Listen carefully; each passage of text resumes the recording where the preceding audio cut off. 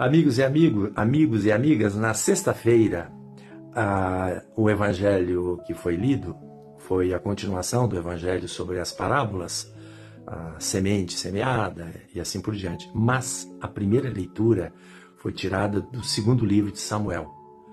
E aí contam a história do rei Davi, do seu pecado. E é alguma coisa que a gente tem, eu pelo menos tenho na cabeça, e de fato, no fundo, eu não consigo compreender. Não consigo compreender. O pecado de Davi foi muito grave. Deus tinha, no caso de Saul, que precedeu Davi, que era o rei anterior a Davi, Saul cometeu uma desobediência, que não foi tão grave. Deus pediu a Saul que guerreasse contra uma determinada tribo, ele guerreou e venceu. Mas Deus falou com ele que ele não poderia pegar os despojos, que era só vencer e acabou. Tá? O que Davi fez? Ou o que Saul fez? Saul pegou os despojos, ouro, animais e assim por diante. Quando o profeta foi repreender Saul, ele falou, não, mas eu fiz isso na boa intenção. Eu fiz isso inclusive para oferecer sacrifícios a Deus, para fazer coisas boas para o povo.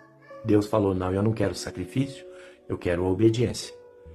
E acabou depondo Saul do seu trono, tirou Saul. O caso de Davi é muito estranho.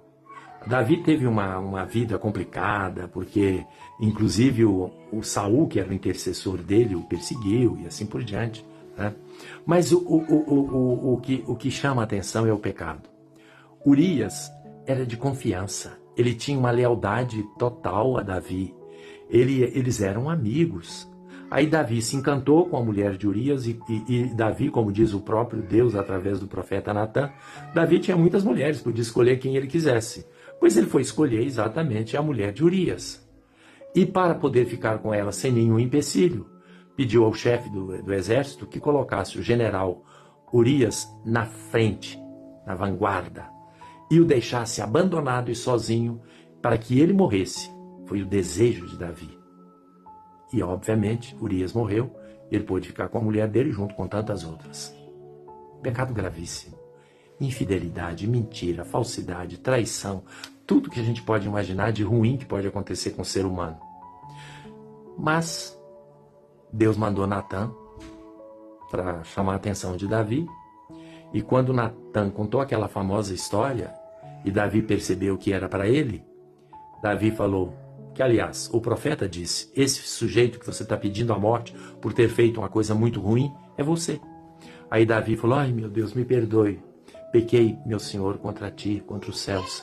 Aí o profeta Natã disse para Davi, o Senhor já te perdoou.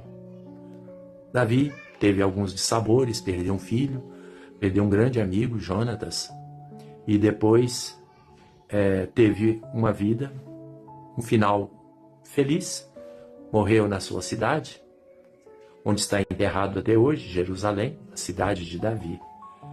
Vocês entendem? Eu não entendo. Só entendo que Deus tem atitudes que a gente não consegue entender. Claro, podemos analisar contextos da época, podemos analisar as circunstâncias, aquilo que se fala sobre o Deus que...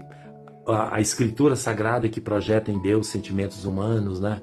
Ou projeta em Deus comportamentos humanos que muitas vezes são mesquinhos, né? Mas, mesmo diante de tudo isso, fica uma grande interrogação, né? Por isso que a gente, na nossa vida, nós não podemos julgar ninguém, porque nós não sabemos quais são os critérios do julgamento de Deus. Grande abraço. Mais curiosidades como essa disponível no livro Dicas Litúrgicas. Disponível no link da bio. Garanta o seu.